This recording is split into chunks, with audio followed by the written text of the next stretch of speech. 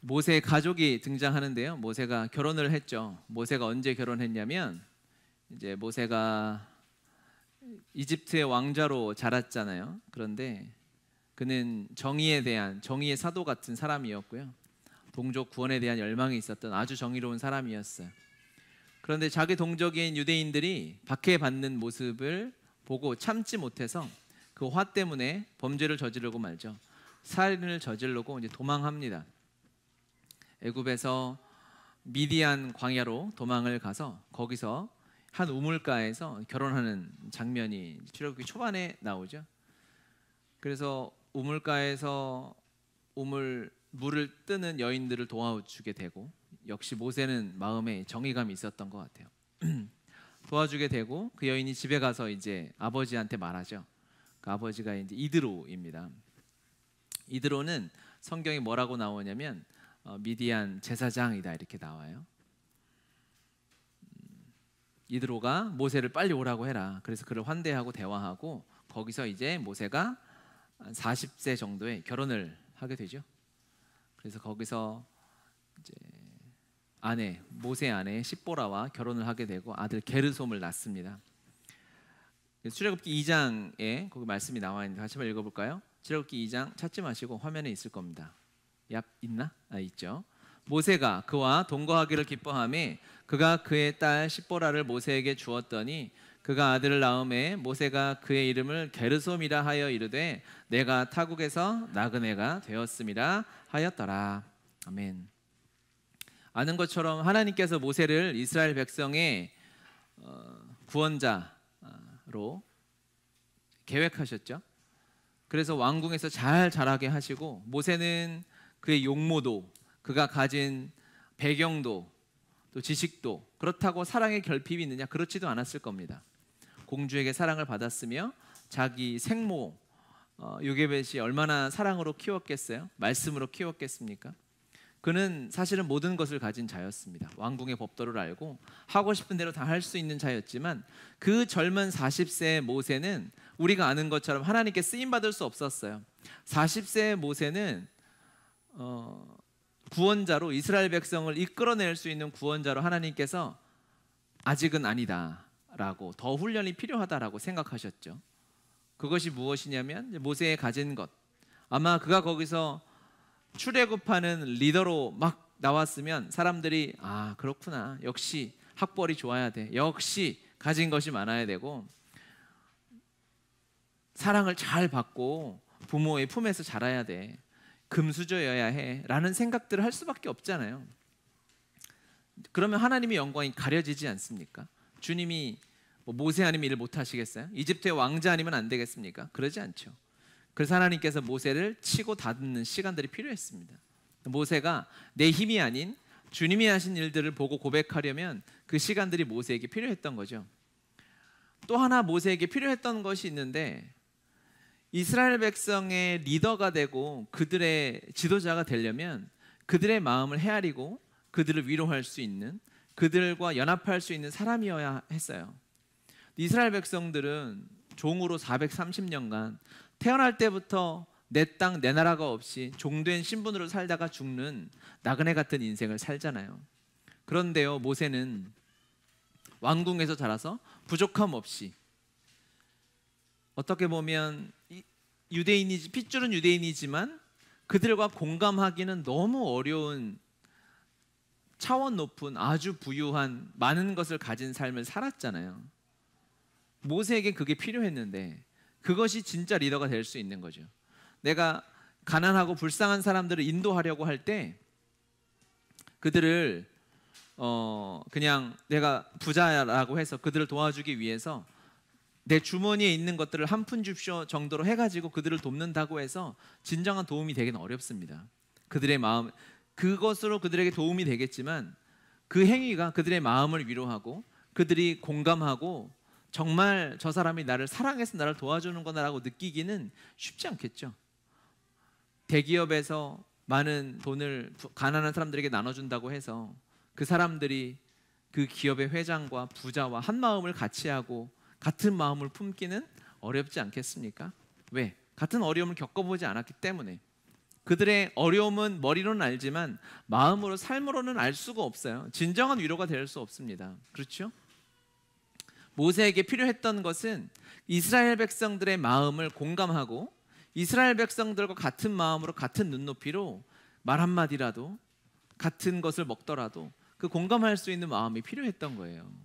그게 진정한 하나님이 기뻐하신 리더의 모습, 순장의 모습, 크리스천의 모습인 거죠.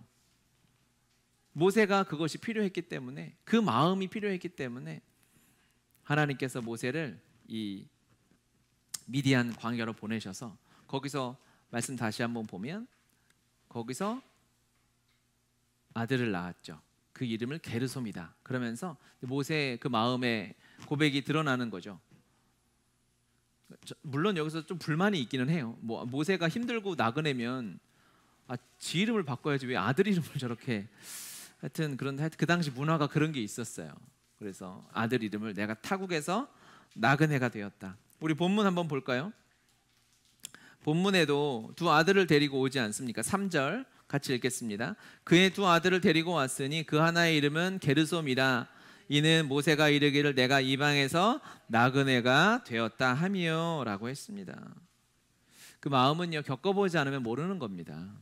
왕궁에서 같은 시대를 산다고 해도 왕궁에서 사는 모세와 종살이를 하던 이스라엘 백성들이 한 마음으로 한 공동체가 되어서 하나님의 구원의 방주를 타고 출애굽하기는 쉽지 않은 거죠.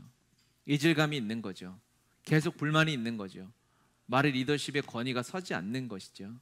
하나님은 모세가 진정으로 이스라엘 백성들과 연합해서 한 팀을 이뤄서, 한 공동체를 이뤄서 그들을 하나님의 약속에, 왜냐하면 이스라엘 공동체는 정말 귀한 공동체거든요. 왜냐하면 그들이 그냥 종살이에서 풀려났다는 것도 있지만 이제 이스라엘의 정체성을 가지고 살아가는 그 공동체는 하나님의 언약의 말씀이 담겨야 되는 그릇이잖아요.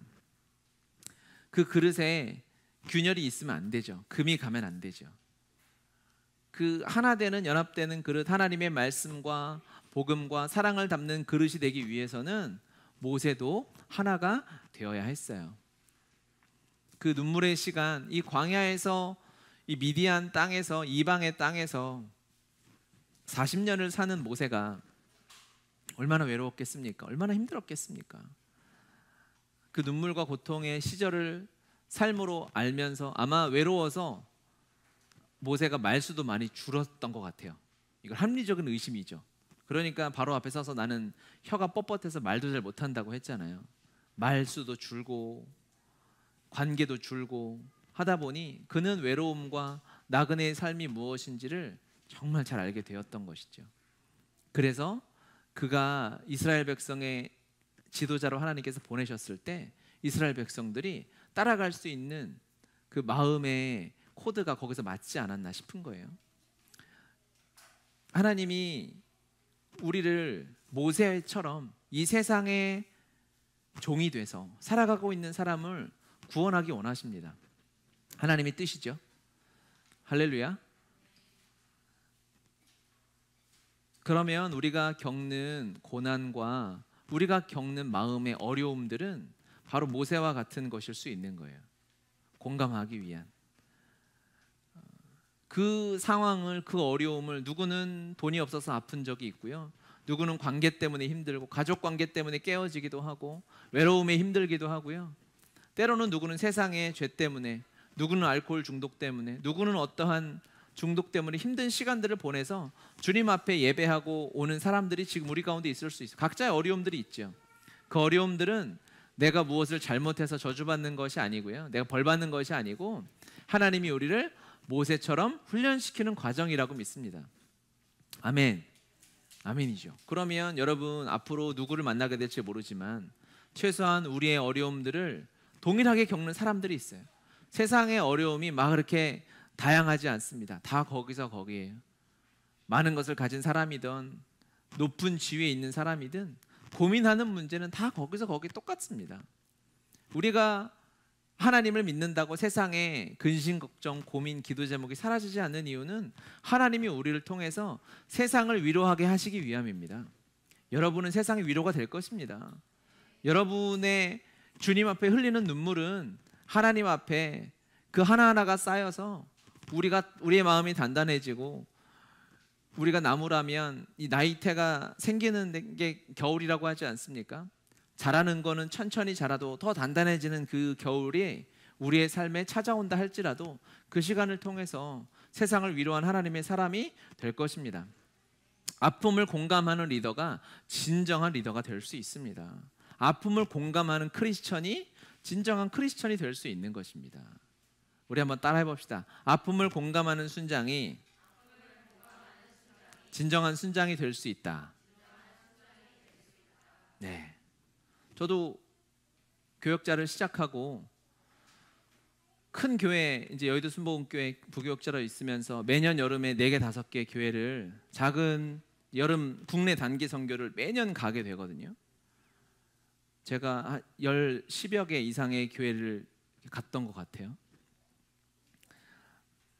청년들과 5명에서 때로는 10명, 20명씩 한 팀을 이뤄서 작은 교회, 성도가 많이 없어서 재정이 부족해서 힘든 교회 가면 진짜 막 안타깝더라고. 마음이 쓰이기도 하고 아리는 마음도 생기고, 그래서 재정도 후원하고 여러 사역도 도왔지만 그때는 잘 몰랐어요. 그 위로가 그분들에게 감사했겠지만 약간 붕 뜬 위로가 아니었을까. 제가 개척하고 지하실에서 이 습기를 좀 먹어보니 그들의 눈물과 어려움이 무엇인가. 물론 그렇게 비교하면 저는 그래도 죽을 때까지 감사해야 되는 사람이고 감사할 게 너무 넘치는 하나님이 교회를 허락하셨지만 좀 달라지더라고요. 공감하고 보니, 그들의 어려움 가운데 그 위치에 서고 보니, 그때 만나는 이제 그런 작은 교회를 힘들게 사역하시는 사역자들과의 대화가 이제 달라지게 되는 거죠.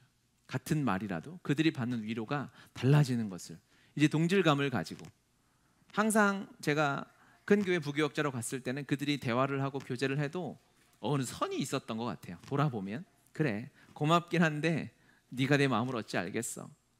그 말이 너무 맞아요. 몰랐어요. 어느 정도 알았지 다 알 수 없었습니다. 우리가 세상에서 조금 당하는 어려움과 고난은요, 여러분 진짜 그건 보물입니다. 보물. 진주는 조개의 고통이라고 하죠.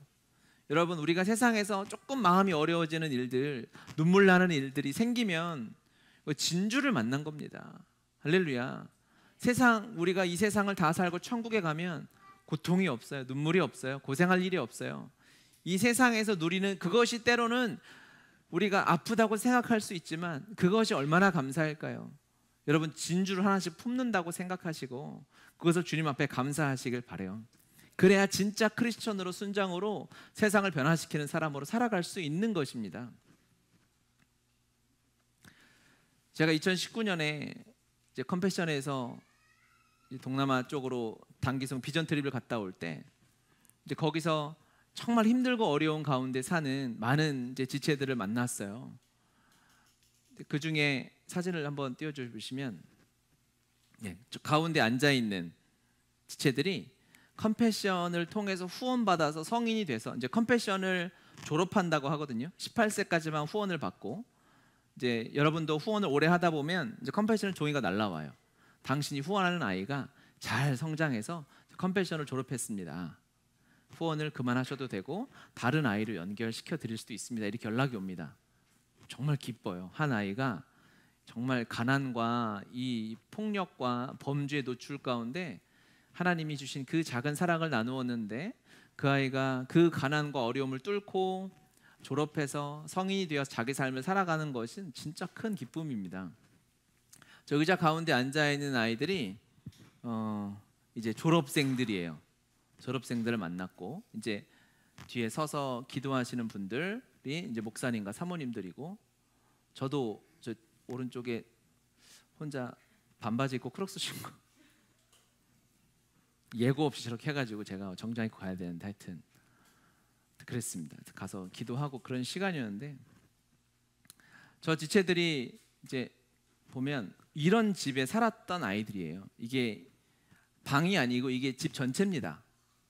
집 전체고, 저 침대 같은 저곳에 저희가 그 집에 다예요.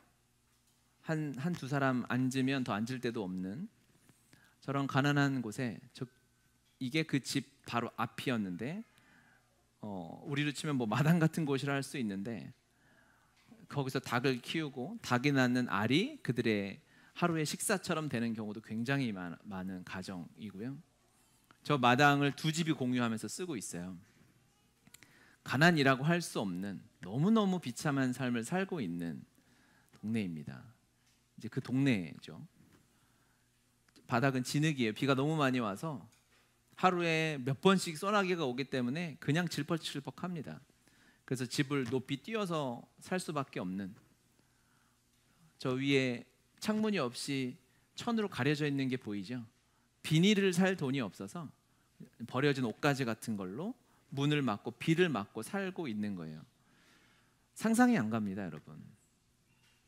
이런 곳에서 가난, 우리가 생각하는 가난과 배고픔은 비할 수가 없어요. 주님 앞에 너무 죄송하고 하나님 왜 이런 데를 그냥 두실까 싶은 생각도 들고 하는 거죠. 이 학생들이 거기서 졸업한 아이예요. 저 가난한 곳에서 하루에 한 달에 용돈이 1,000원이라고 할 수도 없는, 용돈이라는 개념 자체가 없고 쓰레기를 줍고 버려진 옷을 입고 살았던 그 아이들이 우리가 후원하는 그 작은 재정을 가지고 한 가정이 살았던, 한 아이가 살았었던 거예요. 그 아이가 거기서 예수님을 만난 거예요. 그래서 모여서 이렇게 찬양을 하는데,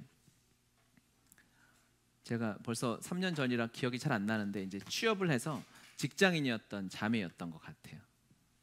너무 아름답게 특송을 해주었고, 이 자매는 이제 대학생이고 지금 저 자매의 이름은 있는데 심리 변호사를 준비하고 있는 자매입니다. 이 자매는 간증을 했어요. 이 자매는 힘들고 똑같이 이제 그 어려운 삶을 살다가 학교 때 또 이 동기생들과 생활하다가 대학생 때 성적으로 어려움을 당한 거예요. 폭행을 당한 거예요.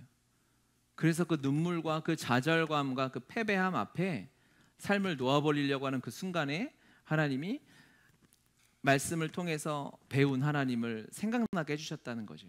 그럼에도 불구하고 하나님은 선하시다. 저 자매가 저 간증을 하면서 가디스 굿을 아마 한 수십 번은 한 것 같아요. 내가 이렇게 가난 가운데 살았지만 하나님은 여전히 가디스 굿. 내가 그 동기들을 가운데서 폭행을 당하고 비참한 짓을 당했는데도 그럼에도 불구하고 하나님이 나를 버리시는 것이 아니라 하나님 선하시다. 이 학생들이 그 나라의 지도자로 세워져 갈 텐데 얼마나 위로가 될까요? 저 아이들의 한마디는요, 그 살아있는 메시지가 될 겁니다. 왜? 그 아픔을 다 공감했기 때문에, 그들의 가난과 아픔과 눈물을 알기 때문에. 이 자매는 딱 봐도 이렇게 뭔가 똑똑해 보이죠? 회계사가 되었어요. 국제 공인 CPA를 땄다고 하더라고요. 그러니까 이거 제가 갔다 와서도 얘기했지만 우리 중에 CPA 하나도 없는데 너무 하나님이 잘 성장시켜 주시고, 그런데 이 자매의 놀라운 점은 이제 공인 회계사가 됐으니 뭐 연봉이 얼마나 세겠어요. 그래서 이 자매는 마닐라에 이제 그 한복판 도심의 큰 빌딩에 이제 거기서 근무를 하는데, 집은 여전히 아까 보여줬던 그 가족들과 동생이 대여섯 명 있는데 그 가족들과 같이 한 집에서 사는 거예요. 그러니까 더 놀라운 거죠. 아니 왜 보통 그 가난해서 우리는 드라마 같은 거 많이 보잖아요. 가난한 가운데 살다가 이제 독립이 꿈이잖아요. 그래서 가난한 집구석을 내가 탈출할 거야 이렇게 해가지고 원룸을 얻어가지고 차 빚내가지고 빨간 차 타고 다니다가 사고 나고 이런 게 드라마 내용이잖아요. 그런데 그렇게 안 하는 거예요. 그래서 이제 우리는 다 이미 세상이 세속화되어 있어가지고 우리 목사님들이 같이 식사하면서 물어봤죠. 아니 자매님은 그렇게 가난하게 살다가 이제 돈을 많이 벌게 됐으니 뭐가 좋으세요? 어떤 게 행복하세요? 라고 질문을 한 거죠. 그랬더니 저 자매님이 목사님들을 이렇게 쳐다봤어요. 그 질문 저는 아니었어요. 다행히 마음엔 있었으나 저는 거기서 쪽팔림을 당하진 않고 제 옆에서 우고우고 한 3인분 드시던 목사님이 아니 자매님은 그러면 그렇게 돈을 많이 이제 벌게 됐는데 뭐 하고 싶은 것 좀 했냐고, 뭐가 행복하냐고 했더니 저 자매의 대답은 평생에 제 마음에 남는 한 문장이 되었죠. 저는 가난하게 살았습니다. 그 가난한 가운데 예수님을 만나서 예수님이 나의 부유함이 되셨습니다. 이미 예수님이 나에게 부유함인데 이 세상의 돈이 어떻게 나에게 기쁨이 될 수 있을까요, 목사님? 다 입을 닫고 밥을 계속 먹어야죠. 복음은 실제인 거예요. 예수님은 관념이 아닌 겁니다. 예수님을 돈 따위와 비교하는 것은 비참한 일이에요. 그때 깨달았어요. 우리가 비참한 거구나. 진짜 주님을 만나서 저 진흙탕 있는 집에 사는 것이나 그냥 화려한 빌딩의 오피스텔에 사는 것이나 별 느낌이 없는 거예요. 예수님이 실제가 되면.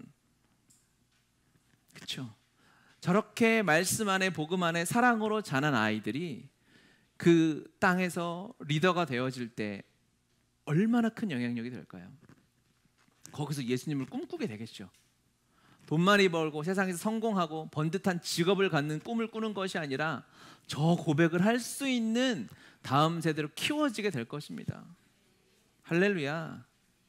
우리가 훈련받으면서 우리가 고생하면서 때로는 울면서 때로는 아프면서 우리가 무엇이 훈련되어야 될까요? 그 가운데 어떤 고백을 주님께 드릴 수 있어야 할까요? 주님이 부유하신 주님을 경험해야 합니다. 문제보다 크신 하나님을 우리가 만나야 합니다. 문제가 해결되든 되지 않든 전혀 상관없이 주님이면 충분한 삶이 우리의 삶이 되어줘야 합니다. 이러한 사람이 세상에 충격이 되는 거예요. 이러한 사람이 세상의 진정한 크리스천으로 리더로 살아갈 수 있게 되는 것인 줄 믿습니다. 할렐루야. 아멘이죠. 그래서 여러분 컴패션 후원은 잘하고 계시는 겁니다. 다음 주에 가서 이걸 또 진하게 하루 종일 듣게 될 텐데 너무너무 기쁜 일이죠.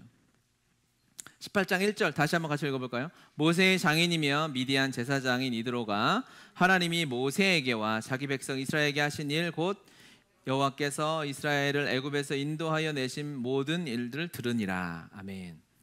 여기도 다시 나오지만 미디안 제사장이라고 합니다. 이드로는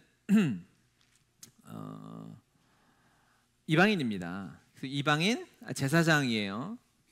이 앞에서 우리가 봤던 말씀이 뭐냐? 아말렉과 전쟁하는 모세가 두 손을 들고 아론과 훌이 받쳐서 기도할 때 이기고 손을 내렸더니 지는 아말렉도 이방인이죠. 그리고 이제 또 다른 이방인 이드로 또 미디안 족속 겐 족속을 만나는 장면이 바로 이제 이 19장에 나오는데요.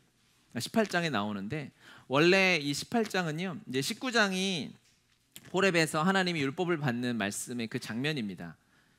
원래는 이 18장이 시간 순서로 보면 이 뒤에 나와야 되는 게 맞아요. 이제 시내산 뒤에 나와야 되는 것이 맞다고 다들 학자들이 이야기를 하는데 성경은 시간 순으로 쓴 성경은 아니거든요. 성경은 메시지니까요. 일부러 하나님께서 여기다 두 이방인들을 붙여놓으신 거예요. 이방인들 중에는 아말렉처럼 아주 악한 이방인들도 있기는 있습니다. 하지만 모세와 이스라엘 백성들을 아주 호의적으로 맞아주는 미디안 같은 이방인들도 있는 거예요. 이방인들을 다 그냥 무조건 우리가 멸시하고 구약의 하나님 생각하면 하나님을 따르지 않는 대적들은 이방인들은 다 멸해야 하잖아요. 그렇죠? 우리 그렇게 생각하죠. 그것은 하나님에 대한 대단한 오해입니다.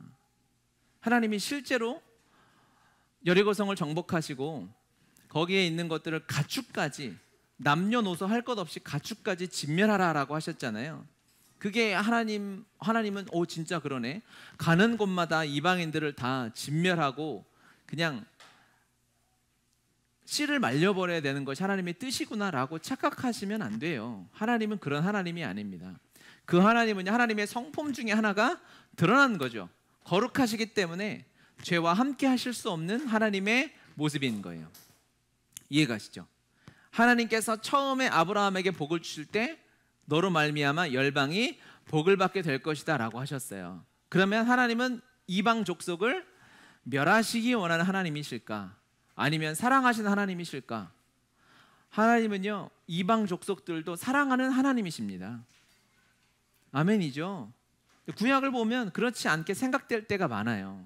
하지만 그렇지 않습니다. 구약의 하나님도 이방의 모든 나라와 민족들을 구원하기 원하는 하나님이세요. 그 모델로 도구로 이스라엘 백성을 사용하기로 결정하셨던 것뿐이죠. 우리가 큐티하는 요나서도 보십시다. 요나서 4장 11절. 하물며 이 큰 성읍 니느웨에는 좌우를 분별하지 못하는 자가 12만여 명이요 가축도 많이 있나니 내가 어찌 아끼지 아니하겠느냐. 요나가 니느웨가 회개하는 것이 못마땅해서 하나님 그거 보십시오. 이 이방 잡것들도 하나님이 이거 회개시키시는 거 아닙니까? 이거 보라고, 이거 멸망시켜야 되는 거 아닙니까? 이거 죄를 그렇게 지어야 되는데 멸망시켜야 되는 거 아니냐고 하나님 앞에 항의하니 하나님께서 아니야. 이 니느웨에 내가 사랑하고 아끼는 사람이 12만 명이나 있어 라고 말씀하시는 겁니다. 나만 사랑하고 내가 하는 것이, 즉 이스라엘 백성들이 영적인 교만함에 빠져 있으니까요, 하나님을 믿지 않는 사람을 밑으로 보게 돼요. 교회를 우리가 좀 오래 다니고 영적으로 하나님의 은혜를 누리다 보면 이 은혜를 모르는 사람들을 그냥 지옥에 떨어질 것들 정도로 보고 밑으로 보고 아주 하찮게 보는 경향들이 생깁니다. 하지만 그것은 이스라엘 백성처럼 우리가 실수하는 경우가 생길 수 있어요. 영적인 교만함을 경계해야 합니다. 하나님이 나를 사랑하시죠. 그렇죠. 왜 사랑하시는가? 내가 무엇을 했기 때문에 사랑하시는가? 내가 교회 나와서 내가 무엇을 하나님께 드려서 날 사랑하시나? 그게 아니잖아요. 말할 수 없는, 내가 지옥에 떨어지기에 가장 합당한 인생이고 불쌍한 인간인데 하나님이 나를 그냥 일방적으로 사랑하신 거 아니겠어요? 그러면 나와 같지 않은, 나와 생각이 틀린 또는 다른 생각을 하고 다른 종교를 가지고 있는 사람들을 어떻게 대해야 할까요? 사랑으로 대해야 합니다. 사랑으로 품어야 합니다. 누구라도. 교회가 품지 않으면 누가 품겠어요? 교회가 너는 무조건 지옥에 가야 돼라고 정죄할 수 있는 인간이 단 하나라도 있을까요? 어느 한 사람이라도 있을 수 있을까요? 없어요. 그럴 수 없습니다. 만약에 그렇다면 사형수들을 대상으로 사역하시는 목사님들 계시거든요. 그런 선교단체가 있거든요. 그럼 거기는 잘못하고 있는 거 아니겠어요? 우리가 공공의 도덕적인 의식으로 봤을 때 사형 판정을 받을 정도면 얼마나 흉악범이겠어요? 무기징역을 받을 정도면 얼마나 이 세상에서 악한 짓을 많이 했겠습니까? 그런데 그들을 대상으로 하나님의 사랑을 전하는 목사님들이 계시더라고요. 그럼 그 사람들은 뭐 잘못하는 거 당연히 해야 될 일 아니겠어요? 교회가 안 하면, 목사님이 안 하면 그들에게 누가 사랑을 전하겠어요? 무슬림들, 전혀 하나님을 알지 못하고 테러를 저지르는 그들도 우리는 사랑할 수 있는 마음의 준비가 되어 있어야 합니다. 그들의 이론과 그들의 신학을 받아들이라는 것이 아니고, 누가 와도 사랑할 수 있을까요? 우리 교회는? 이단에 다니고 있는 사람이 공동체에 들어오면 우리가 사랑할 수 있을까요? 교회는 못하는 경우가 많죠. 왜? 자신이 없어요. 두려워요. 이단에 빠지게 될까 봐. 우리가 가지고 있는 복음이 그렇게 하찮지 않거든요. 물론 그들이 속이고 들어오기 때문에 우리가 그것들을 조심하고 경계해야 될 필요는 있으나, 우리 알잖아요. 이단에 빠졌다가 돌아온 사람들이 교회 정착하지 못하고 돌아다니는 경우가 너무너무 많아요. 그냥 꼬리표가 있는 것이, 쟤는 무슨 낙인이 찍힌 사람처럼 가까이 품어주고 함께 하기가 너무너무 어려워요. 그래서 이단에서 나왔다 해도 한국교회에 돌아오지 못하고 그 중간지대 어딘가, 그렇게 표현하시더라고요. 요단강을 건너려고 하는데 요단강 저편에서 받아주질 않아서 요단강에 둥둥 떠다니고 있는 영혼들이 너무 많다는 거예요. 세상에서 나와서 교회에 사랑받기 위해서, 위로받기 위해서 가고 싶은데 교회는 너무 다른 거죠. 너무 가난하고, 너무 냄새나고, 너무 생각이, 사상이, 과거가 불순하고, 여전히 너는 술을 마시고, 너는 여전히 담배를 피고 너는 여전히 세상에 속해 있고 그래서 품지 못하고 가까이 하지 못하면 그것은 교회가 아닙니다. 그냥 친목 모임이죠. 저는 우리가 교회가 되었으면 좋겠습니다. 이방의 어느 누구도 사랑하고 품을 수 있는 그러한 공동체가 되었으면 좋겠습니다. 하나님이 그것을 기뻐하신다고 확신합니다. 18장에요. 이제 마지막에 12절 같이 한번 읽어보겠습니다. 모세의 장인 이드로가 같이 한번 읽겠습니다. 모세의 장인 이드로가 번제물과 희생 제물들을 하나님께 가져오매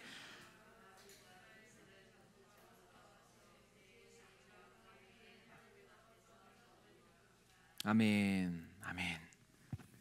여기서 이드로가 번제물과 희생 제물들을 하나님 앞에 가지고 와서 하나님 앞에서 제사를 지냅니다.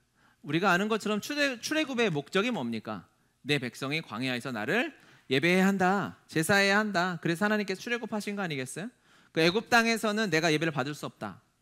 그래서 그 나의 옛 자아가 완전히 홍해에 침몰하고 광야로 나와서 온전히 주님만을 예배하는 이 예배가 출애굽의 목적이었습니다. 할렐루야. 우리가 구원받는 목적이 하나님을 예배하는 것이고 주님을 섬기는 것이고 주님과 교제하는 것입니다. 할렐루야. 그 목적이 여기서 처음 이루어져요. 출애굽해서 처음으로 드려지는 제사가 어디냐면 바로 이 18장 12절입니다. 여기서는 우리가 두 가지를 살펴보기 원하는데 이 제사는 모세에게는요 대단히 기쁜 제사였어요. 왜일까요? 모세가 그의 아내와 아들들과 헤어져 있었기 때문입니다. 40년간 함께 살다가 이제 장인에게 이야기를 합니다. 장인, 하나님이 내가 양치러 가는데 저 호렙산에서 주님이 떨기나무에 갑자기 나타나셔가지고 출애굽시키라고 해가지고 저 가야 돼요 라고 했더니 장인이 그러냐고 가라고 해서 아내와 아들들을 보내게 되죠.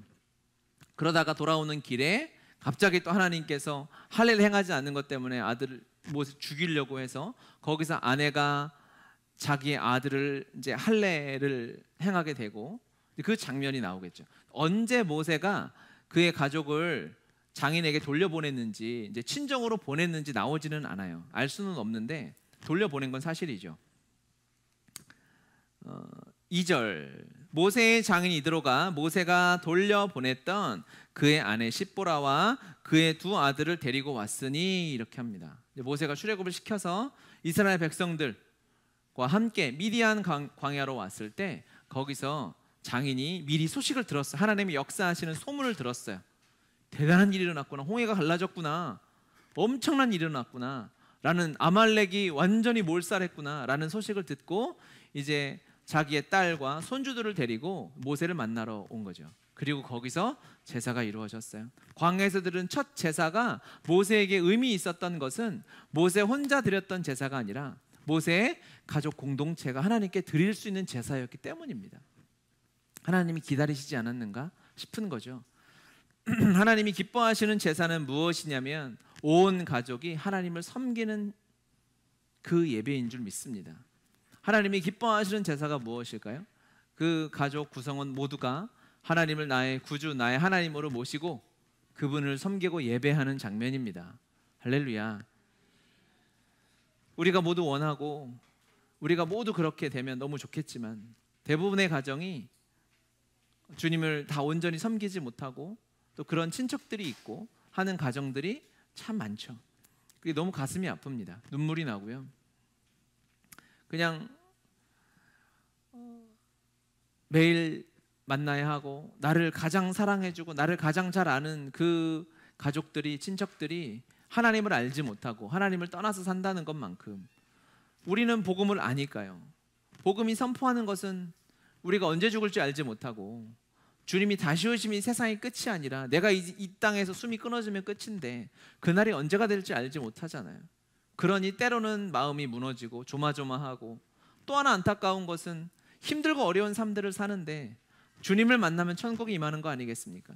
그런데 그 삶을 살지 못하고 안타깝게 세상에서 눈물 흘리며 그 혼자 씨름하며 살아가는 그 인생이 얼마나 가슴이 아파요. 그래서 우리가 가슴이 아프고 힘들고 어렵죠. 하지만 주님이 기뻐하시는 예배는 가족이 회복되는 예배라고 믿습니다. 주님은 그 일을 쉬지 않고 일하고 계십니다. 단적으로 이 장면을 보면 이렇게 얘기할 수 있어요. 출애굽의 목적은 모세의 가족의 회복의 예배이다 라고 보아도 됩니다. 하나님의 구원의 역사의 목적은요, 여러분의 가족 공동체의 회복에 있습니다. 할렐루야. 그것을 위해서 눈물 흘리며 기도하는 것 하나님이 반드시 갚으실 줄 믿습니다. 시편 126편 5절 6절 말씀을 보면요, 눈물을 흘리며 씨를 뿌리는 자는 기쁨으로 거두리로다. 울며 씨를 뿌리며 나가는 자는 반드시 기쁨으로 그 곡식단을 가지고 돌아오리로다. 아멘. 여러분, 눈물로 씨를 뿌리는 것 결코 그것이 헛되지 않습니다. 여기 강조되는 단어는요, 반드시입니다. 여러분, 가족 구원을 위해서 기도하는 여러분, 친척들의, 형제 자매들의 구원을 위해서 기도하시는 여러분, 이 말씀을 가슴에 새기시길 바라요. 그리고 이 말씀을 하나님 앞에 따지듯이 기도해도 좋습니다.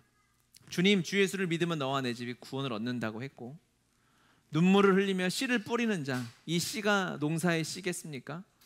복음의 씨앗이죠. 우리 기도의 씨앗이죠. 하나님은요, 신실하셔서 우리가 드리는 기도를 한마디도 잊지 않으시고 다 기억하십니다. 할렐루야. 천국 가서 우리 확인해 봐도 됩니다. 주님, 제가 언제 몇 날 몇 시에 무슨 기도를 했습니까? 라고 이야기하면 주님이 가슴 벅차서 대답해 주실 거예요. 네가 이날 이런 기도를 드렸다. 내가 잊지 않고 있고 내가 이 일을 행하고 있다라고 주님이 말씀하실 것입니다. 할렐루야. 반드시 기쁨으로 거두리로다. 하나님의 구원 역사는 이루어지게 됩니다. 우리 따라합시다. 반드시 기쁨으로 거두리로다. 아멘. 아멘. 그 증인이 여러분이신 줄 믿습니다. 곧 보게 될 것입니다. 또 5월이 이제 곧 다음 주면 5월 1일인데요. 5월 가정의 달에 하나님께서 더 큰 회복을 주시는 마음으로 우리가 5월을 준비했으면 좋겠어요. 이 예배가 특별했던 이유는 모세에게 보면 첫 번째, 가족의 회복의 예배였어요. 가족이 상봉해서 하나님 앞에 출애굽의 목적을 달성하는 아름다운 제사를 하나님 앞에 드릴 수 있었습니다. 또 하나, 이 18장 12절의 제사가 너무너무 의미 있는 것은 이스라엘 백성들이 제사를 못 드릴 수 없는 것이 아니, 재물이 없지도 않았습니다. 재물 다 싸가지고 왔잖아요. 짐승들, 하나님 앞에 드릴 재물들을 다 가지고 왔잖아요. 그럼에도 불구하고 하나님께서 제사를 미루신 것 같아요. 여기까지 오도록. 왜?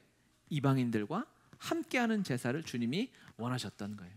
제물을 심지어 이스라엘 백성들이 가지고 온 제물이 아니라 이드로가 준비한 번제물과 희생제물들을 드리는, 뭐 이스라엘 백성들이 같이 드렸는지는 뭐 나와 있진 않지만 아마 같이 드렸겠죠. 하나님 앞에 드리는 제사가 하나님을 믿는 자들과 하나님을 인정하지 않고 우상 숭배하던 이 미디안의 이방 족속들과 함께 드리는 예배를 하나님이 너무너무 기다리시고 기뻐하셔서 이곳까지 오게 하셨다는 것입니다. 하나님은 그 예배를 기뻐하십니다. 우리가 여기서 함께 할렐루야 주님 찬양하는 것 주님이 너무 기뻐하시지만, 우리가 믿지 않는 자들과 함께 그들과 울며 웃으며 함께 생활하며 삶의 예배를 드리는 것을 하나님은 너무너무 기뻐하십니다.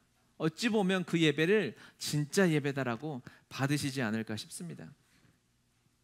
어려운 일이죠, 사실은. 우리끼리, 친한 사람끼리, 신앙의 색깔이 맞는 사람들끼리 함께 예배하는 것은 너무 편하고 좋고 또 가슴 벅찬 일입니다. 얼마나 은혜가 많습니까? 그런데 나와 전혀 생각이 다른, 그래서 선교가 어려운 거죠.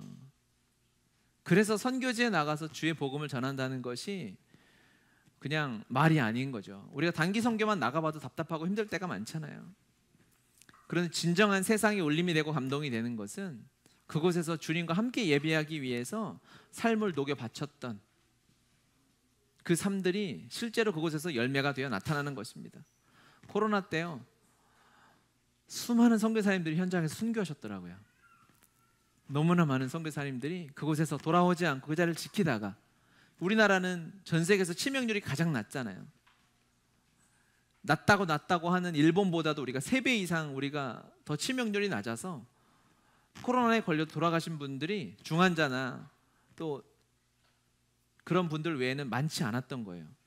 의료시설이 잘 돼 있고 또 관리를 잘 받고 하다 보니까요. 해외 선교지에 그런 일들이 있을까요?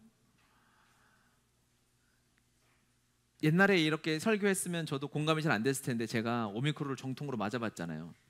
백신 1, 2, 3 맞고 맞아보니까 와, 이거 없이 약 없이 그 코로나 걸렸던 후기를 이제 쓰는 글들을 저도 몇 개 읽어봤는데 저랑 너무 똑같은 게 있어요. 먹고 약 먹고 자다가 아파서 깨서 밥 먹고 약 먹고 자고 이 일을 한 2, 3일씩 다 했는데 저도 그랬거든요. 그 기간 정말 약 없이는 죽겠다는 생각이 들 만큼이었는데 약도 한두 개가 아니에요, 여러분. 약이 한 5-6가지가 들어있어요. 그거를 우걱우걱 막 일부러 손 떨면서 막 먹고 했거든요. 선교사님들이 선교지에서 그들과 함께 살기 위해서 그곳에서 삶을 바쳐서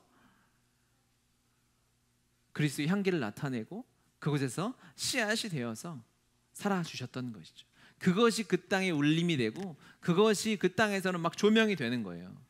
귀국하지 않은 코리안이 있다. 귀국하지 않고 그곳에서 우리와 함께 살았던 선교사들이 있다라고 그 지역 언론에 나오고 그 지역 신문에 나오고 그 지방에 소문이 나고 하더라고요. 우리가 KBS에서 나왔던 그 다큐멘터리인가요? 울지마 톤즈라는 다큐멘터리가 큰 울림이 되었고 지금까지 기억하고 하고 있잖아요. 그 아프리카 땅에 가서 하나님의 사랑을 전하고 그들에게 악기를 가르쳐주고 그 제자가 한국으로 유학을 오고 하는 일들이 왜 울림이 되었을까? 말이 섞이지 않고 종교가 다르고 문화가 다르고 피부색이 다른 그들에게 다가가서 하나님의 사랑을 전하고 나누었을 때 그것을 하나님이 기뻐하셨기 때문에 그렇습니다. 하나님이 이 예배를 기뻐하시죠. 왜? 이 스토리가 왜 하나님이 기뻐하시고 하나님이 이거를 자랑하고 싶으셨으며 왜 이 자리까지 예배를 미루셨을까? 왜냐면요, 이것이 하나님 당신의 얘기이기 때문에 그래요. 이게 하나님 얘기니까 그렇거든요. 하나님은 우리와 너무 다른 분이잖아요. 여러분, 지금도 미국에서 막 백인과 흑인 간의 갈등이 있고 코로나 시대에 막 동양인들을 막 학대하고 묻지마 테러하고 하는 일들이 있죠. 피부색이 다르다고 혐오하고 코로나를 전파했다고 막 혐오하는 일들이 있는데 그거는요, 거룩하신 하나님과 우리와의 관계를 치면 아무것도 아닌 거예요. 거룩은요, 죄를 혐오합니다. 거룩은 죄와 섞일 수 없어요. 성경에 거룩함은 하나님은 죄를 미워하신다라고 했어요. 사랑밖에 없으신 하나님이 하나 미워하는 게 있는데 그것이 무엇이냐면 바로 죄예요. 죄인이에요. 절대 섞일 수 없어요. 하나가 될 수 없어요. 그런데 하나님은 완전한 이방인이요 나그네인 우리와 하나 되고 싶으셨어요. 우리와 함께 예배하고 싶으셔서 그 어려운 장벽을 뚫고 넘어서 우리에게까지 오신 것입니다.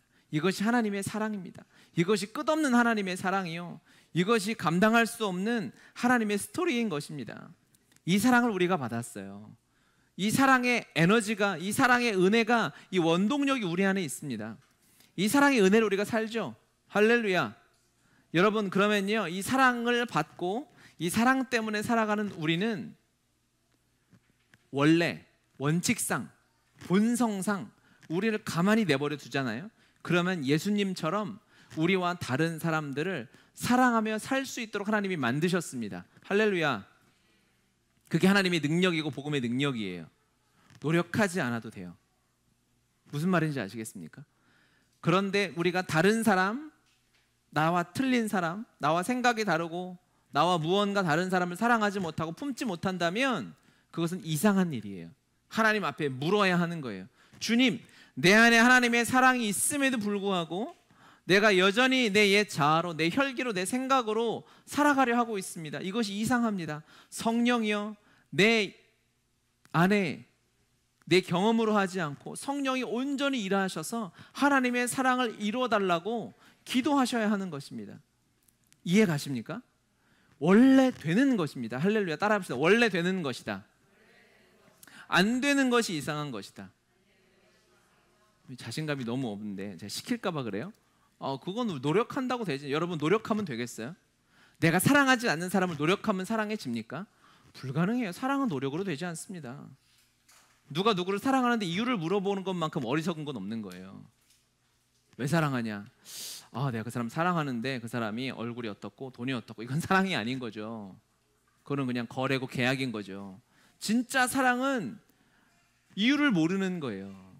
그런데 이게 노력으로 되겠어요? 우리가 나와 다른 사람들을 사랑하기 위해서 어떤 노력을 해야겠어요? 우리의 노력은 끝났어요. 주님이 다 이루셨어요. 내 안에 그 사랑이 일어나지 않는다면, 내가 할 수 없다면, 내가 주님의 말씀에 헌신이 되어지지 않고 주님의 말씀에 순종이 되어지지 않는다면 이상하게 여기시고 하나님 앞에 내 마음을 드리시길 바랍니다. 내 삶을 드리시길 바래요. 그러면 사랑이 우리 안에 계신 성령님으로 말미암아 자연스럽게 이루어질 것입니다. 할렐루야. 그런 교회가 되어야 합니다. 누가 오든지, 나와 다른 사람이 오든, 나와 피부색이 다르든, 내가 바라는 나와 정치색이 다르든, 종교가 다르고 과거에 무슨 짓을 했든 상관없이 주님이 만약에 여기 계신다면 누구를 품어주시고 안아주시겠어요? 여러분이 저 세상에서 우상 숭배하던 사람을 데리고 들어와요. 주님 품이 하나잖아요. 그러면 주님이 누굴 먼저 안아주시겠어요? 나를 먼저 안아주셔야 돼요? 그 사람 먼저 안아주는 게 주님 마음 아니겠어요? 그렇죠? 우리 그걸 알아야 돼요. 우리 교회가 그런 교회가 되어야 돼요. 여러분의 가정이 그런 가정이 되어야 합니다. 그게 진짜 교회예요. 그것이 회복되면 한국에 소망이 있다고 믿습니다. 그것이 회복되면 누구든지 교회에 와서 예배하고 하나님 만나고, 세상이 무엇에 실망하는 줄 아십니까? 교회도 끼리끼리라는 거예요. 교회도 지들끼리라는 거예요. 교회 들어가기 너무 어렵다는 거예요. 교회는 죄인들이 오는 곳이었죠. 주님의 마음으로 이방인과 하나 되는 교회가 우리 교회가 되었으면 좋겠습니다. 이방인이 대화하고 쉴 수 있는 마음이 여러분의 마음판이 되었으면 좋겠어요. 할렐루야. 우리 같이 기도합시다.